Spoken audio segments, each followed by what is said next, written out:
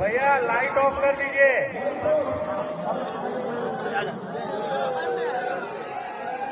बोलो बोलो 7, 6, 5, 4, 3, 2, 1।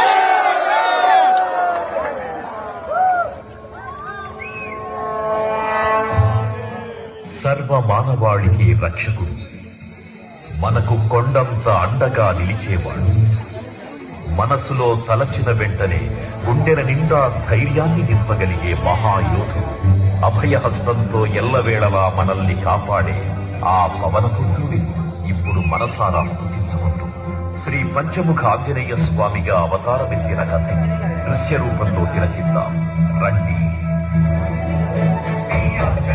ప్రసన్నాంజనేయం ప్రభాంజనేయం